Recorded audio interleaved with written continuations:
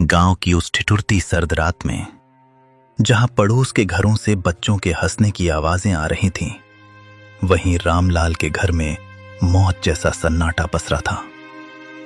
रामलाल, जिसने कभी बड़े बड़े भोज में राजाओं की तरह 56 भोग परोसे थे, आज अपनी ही बहू की जली हुई और सख्त रोटियां निगलने को मजबूर था।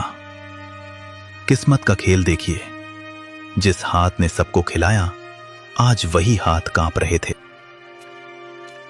थाली को पैर से जमीन पर घसीटते हुए, लो निगल लो इसे। सारा दिन खटिया तोड़ते हो, कम से कम ये जली रोटियां तो खा ही सकते हो। और सुन लो बुढ़े, कल सुबह सूरज निकलने से पहले आंगन चकाचक साफ मिलना चाहिए। मुफ्त की रोटियां तोड़ना बंद करो। तुम्हारी इस खांसी और मनहूसियत ने घर का सुकून छीन लिया है। बेटी, गला सूख रहा है। अगर थोड़ा सा गुड़ का टुकड़ा मिल जाता तो ये सूखी रोटी अंदर उतर जाती। गुड़ चाहिए इन्हें? अरे अपनी औकात देखिए। जब से मां गई है, तुम हमारे सिर पर बोझ बन गए हो। सच तो यह है कि तुम्हें भी मां के साथ ही चले जाना चाहिए था। अब यहां हमारे टुकड़ों पर पल रहे हो, और नखरे ऐसे जैसे अभी भी किसी रियासत के रसोइये हो। बेटा, जिस दिन तू पैदा हुआ था, उस दिन मैंने पूरे गांव को घी के लड्डू खिलाए थे।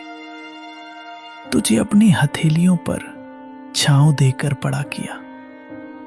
क्या यही दिन देखने के लिए मैंने तुझे काबिल बनाया था? तभी 7 साल का पोता गोलू दौड़ता हुआ आता है और रामलाल के गले लग जाता है।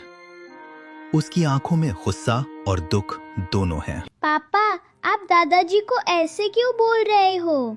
जब मुझे डर लगता है तो यही दादाजी मुझे अपनी गोदी में सुलाते हैं। माँ, आपने इन्हें जली हुई रोटी क्यों दी? क्या आप मुझे भी बड़े होकर ऐसी ही रोटी दोगी? चुप कर गोलू, तू नहीं जानता, ये बूढ़े लोग सिर्फ परेशानी बढ़ाते हैं। जा अपने कमरे में। नहीं जाऊंगा। पापा, दादाजी बोझ नहीं है, ये तो हमारे घर का आशीर्वाद है। आप कहते हो ना कि ये आपके टुकड़ों पर पल रहे हैं, पर दादाजी ने तो मुझे बताया था कि ये घर और ये खेत उन्होंने अपनी मेहनत से बनाए हैं। फिर ये आपके टुकड़े कैसे हुए? गोलू, तू छोटा है, बड़ों के बीच मत बोल।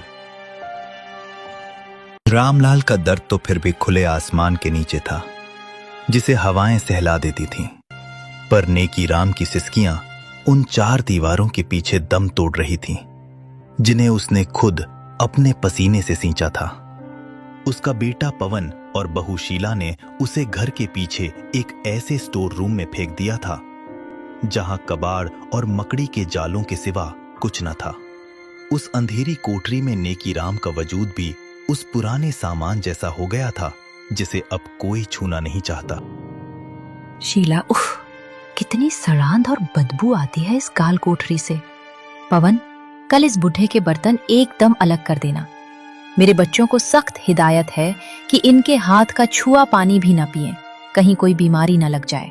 और हाँ, आज इन्हें रात का खाना मत देना, सजा मिलनी चाहिए इन्हें। आज गलती से इन्होंने दीवान खाने के सोफे पर हाथ रख दिया था, सारा सोफा गंदा कर दिया। बेरहमी से कमरे के अंदर झांकते हुए, बिल्कुल सही कह रही हो शीला।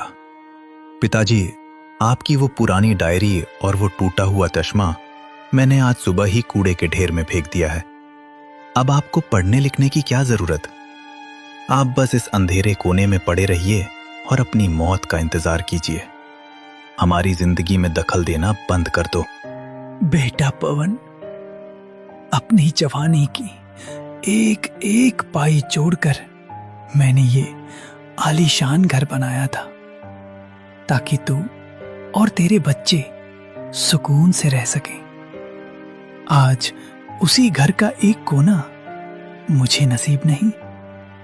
आज मुझे ही तू कूड़ा कह रहा है। जिस चश्मे से मैं तुझे पढ़ते हुए देखता था, उसे ही फेंक दिया। तभी नेकीराम की 6 साल की पोती पिंकी चुपके से कमरे में दाखिल होती है।